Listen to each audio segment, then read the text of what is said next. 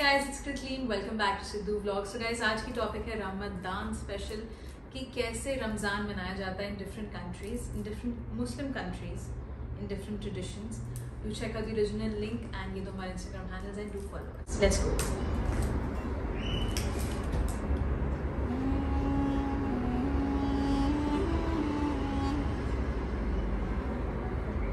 दोस्तों, इस बात में तो कोई भी शक नहीं है कि हमारी पूरी दुनिया के मुसलमान जितनी गर्मजोशी और जितने जुनून के साथ रमज़ान के महीने को सेलिब्रेट करते हैं, यानी इसको मनाते हैं, शायद ही किसी दूसरे महीने को इस तरह से सेलिब्रेट करते हैं। दुनिया भर के जितने भी मुस्लिम देश हैं, उनमें भी जिस तरह का माहौल इस ख़ास महीने में देखने को मिलता है, इस तरह का माहौल दोबारा कभी भी नहीं देखा जा सकता है। लगभग हर देश में ही लोगों की भीड़ से भरे खचाखच ऐसे बाज़ार नज़र आते हैं कि जहां पर अलग अलग तरह के खाने की खुशबुएं आ रही होती हैं। इसके अलावा डेकोरेशन के नाम पर अलग अलग तरह की लाइट्स भी चमचमा रही होती हैं। लेकिन दोस्तों, इंटरेस्टिंग बात यह है कि रमज़ान के महीने में रोज़ा रखने और बाकी इबादत करने का तरीका भले ही पूरी दुनिया के मुसलमानों का सेम हो, लेकिन रमज़ान को सेलिब्रेट करने का जो तरीका है, जो ट्रेडिशंस हैं, जो रस्म व रिवाज हैं और जो अलग अलग तरह के खानों का रिवाज है, ये लगभग सारे ही मुस्लिम देशों में अलग अलग है।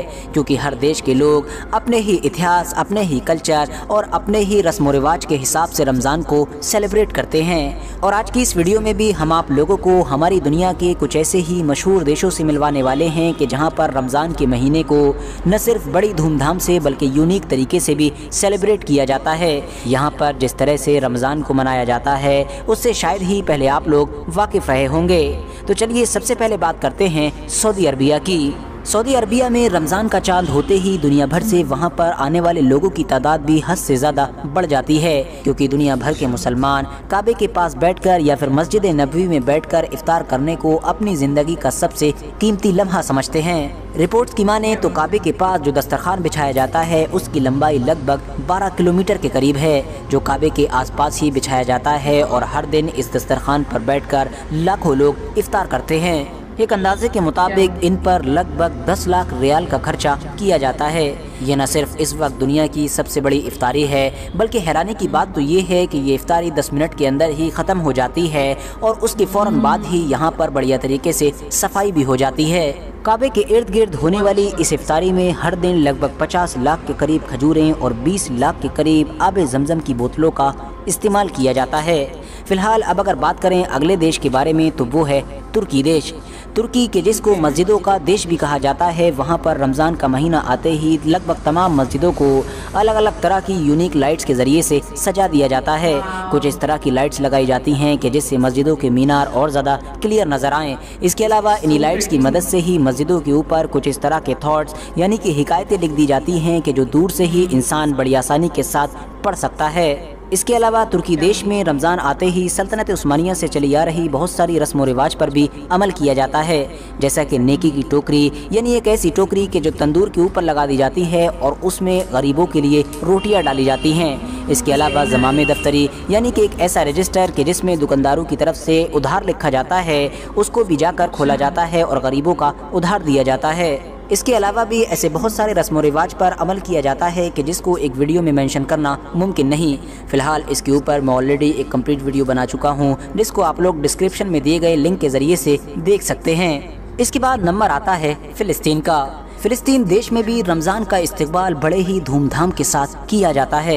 रमज़ान का चांद ज़ाहिर होते ही वहाँ के सभी नौजवान लोग आसमान को आतिशबाजी से भर देते हैं। इसके अलावा फ़ौरन ही वहाँ के लगभग सभी शहरों में रौनकें वापस आ जाती हैं। शहरों को सजा दिया जाता है, ख़ास तौर से गली मोहल्ले, घरों और मस्जिदों की सफाई की जाती है। ख़ास तौर से यरूशलेम शहर को और यरूशलेम शहर में भी उस इलाके को कि जहाँ पर मस्जिद अक्सा मौजूद है, न सिर्फ बड़ी अच्छी तरह से साफ़ सुथरा किया जाता है, बल्कि उस पूरे इलाके को सजाया भी जाता है, ताकि दुनिया भर से वो सारे मुसलमान कि जो रमज़ान में मस्जिद अक्सा में इबादत करने के इरादे से आते हैं, वो यहाँ पर एक अच्छा माहौल फील कर सकें। इसके बाद अगला नंबर आता है इंडोनेशिया का। जैसा कि हम सभी लोग जानते हैं कि पूरी दुनिया में अगर सबसे ज़्यादा मुस्लिम आबादी कहीं पर रहती है तो वो देश इंडोनेशिया ही है।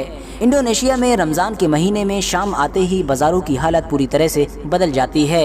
एक बाज़ार न सिर्फ लोगों की भीड़ से खचाखच भरी होती है, बल्कि वहाँ पर तरह तरह की लाइट्स के ज़रिए से उसको सजाया भी गया होता है। अलग अलग किस्म के खानों की खुशबुएँ आ रही होती हैं। इसके अलावा इंडोनेशिया में इफ्तार को बरबोका पुआसा के नाम से जाना जाता है। यहाँ पर भी आमतौर पर लोग अपना रोज़ा तो खजूर के ही साथ खोलते हैं, मगर हाँ, खजूर के अलावा यहाँ पर रमज़ान के महीने में ओंडे की गोलियाँ भी खूब खाई जाती हैं। ये दरअसल वहाँ पर रमज़ान की सबसे ख़ास डिशेस में से एक डिश मानी जाती है।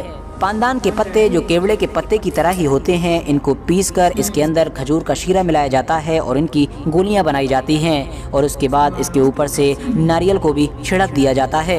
साथ ही साथ आप लोगों को रमज़ान के महीने में इंडोनेशिया की मार्केट में प्लास्टिक की पॉलीथीन के अंदर नूडल्स के साथ साथ नशास्ता की गोलियाँ खूब दिखाई देंगी, जो कि पान के शरबत के साथ मिल रही होती हैं। इंडोनेशिया के लोग अपने इफ्तार के दस्तरखान पर ख़ास तौर से नॉन वेज समोसे, बाला बाला और इसके अलावा हल्की तली हुई मौसमी सब्जियां खूब पसंद करते हैं। साथ ही साथ मी गोरेंग, मसालेदार नूडल्स, कोलक, शकरकंदी और केलों के टुकड़ों के साथ साथ नारियल का दूध और एक ख़ास किस्म के यानी बिल्कुल अलग तरह के पेड़े, इसके अलावा मुर्तबिक और कुछ मौसमी फल वगैरह भी लोग पसंद करते हैं। अब बात करें अगर अगले देश के बारे में, तो वो है मलेशिया। मलेशिया न सिर्फ इंडोनेशिया का पड़ोसी ही देश है, बल्कि साथ ही साथ ये एक ऐसा देश है कि जहाँ पर मुसलमानों की बड़ी आबादी रहती है। इंटरेस्टिंग बात यह है कि इंडोनेशिया की तरह मलेशिया में भी इफ्तार को बरबोका पुआसा के नाम से ही जाना जाता है, मगर यहाँ पर न सिर्फ रमज़ान के महीने को बड़ी धूमधाम तरीके से सेलिब्रेट किया जाता है, बल्कि पूरे ही रमज़ान यहाँ की मस्जिदों में लोगों की तरफ से गरीबों के लिए इफ्तार वगैरह का इंतज़ाम भी खूब किया जाता है। इंडोनेशिया में इफ्तार का सबसे बड़ा प्रोग्राम कोलालमपुर में किया जाता है। ये दरअसल एक ऐसा प्रोग्राम होता है कि जिसमें 30,000 के करीब लोग एक साथ शामिल होते हैं। इंटरेस्टिंग बात यह है कि इस इफ्तार में न सिर्फ मर्द और औरत दोनों ही लोग मौजूद होते हैं, बल्कि इस इफ्तार से पहले यहाँ पर बयानात भी होते हैं, यानी रोज़े की फजीलत और बाकी दीनी चीज़ें भी बताई जाती हैं। बात कर लें अब अगर मलेशिया के लोगों के इफ्तार के दस्तरखान के बारे में, तो मलेशिया में आमतौर पर लोग अपने दस्तरखान पर गन्ने का रस, सोयाबीन, दूध में रंगीन नशास्ता के टुकड़े, लंबूक, नारियल के दूध में पका हुआ गोश्त और हल्के मसालों के साथ बना हुआ दलिया और इसके अलावा मुर्ग चावल पुलाव, मुर्तबिक और बबोला माक जैसी चीज़ें बहुत ज़्यादा मशहूर हैं। इस लिस्ट में अब अगला नंबर है UAE यानी कि यूनाइटेड अरब एमिरेट्स का।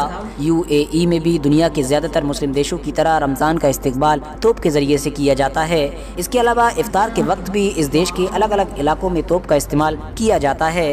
हालांकि दोस्तों, UAE में रमज़ान की तैयारी 15 शाबान को शुरू कर दी जाती है और इस दिन को वहाँ पर हक़्क़ुल लैल के नाम से जाना जाता है। जैसा कि दोस्तों हम सभी लोग बड़ी अच्छी तरह से जानते हैं कि UAE बहुत ज़्यादा डाइवर्स है। वहाँ पर दुनिया के अलग अलग इलाकों से बहुत सारे लोग जाकर काम करते हैं। ख़ास तौर से इंडिया, पाकिस्तान, बांग्लादेश, नेपाल और यूरोप के अलग अलग इलाकों से लोग वहाँ पर पहुँचे हुए हैं। यही वजह है कि वहाँ पर इफ्तारी का जो सिस्टम है यानी जो ट्रेडिशंस हैं वो लगभग सबके अलग अलग हैं। दुनिया भर के लोग अपने अपने कल्चर के हिसाब से और अपने अपने बैकग्राउंड के हिसाब से वहाँ पर इफ्तारी का एहतमाम करते हैं। मगर हाँ, वहाँ की गवर्नमेंट की तरफ से हर बार यानी जब भी रमज़ान आते हैं तो वर्कर्स की टाइमिंग को कम कर दिया जाता है।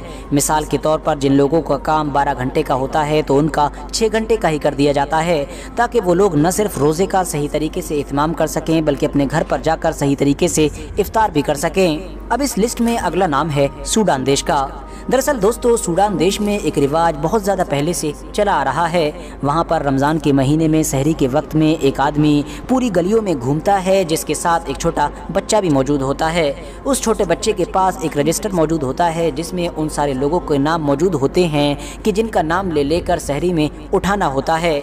इसके अलावा वो इंसान कभी कभी गली के दूसरे कोने पर खड़े होकर ढोल के ज़रिए से हम्द भी पढ़ता है, यानी इसके ज़रिए से वो तमाम लोगों को जगाना चाहता है। ऐसा करने वाले इंसान की कोई तनख्वाह तो मुकर्रर नहीं होती है, मगर जब भी रमज़ान ख़त्म होने के करीब आता है तो इलाके के सभी लोग मिलकर अपने अपने हिसाब से उस इंसान को बड़े बड़े इनाम से नवाज देते हैं। हालांकि दोस्तों याद रहे कि ये चीज़ सिर्फ सूडान में ही नहीं पाई जाती है, बल्कि सऊदी अरबिया, तुर्की, मिस्र और इसके अलावा कहीं कहीं पर तो इंडिया और पाकिस्तान जैसे इलाकों में भी देखी जाती है। सूडान देश में भी दुनिया के बाकी देशों की तरह सहरी और इफ्तारी के वक्त उनके जो लोकल पकवान होते हैं यानी लोकल खाने होते हैं उनको बहुत ज़्यादा प्रायोरिटी दी जाती है।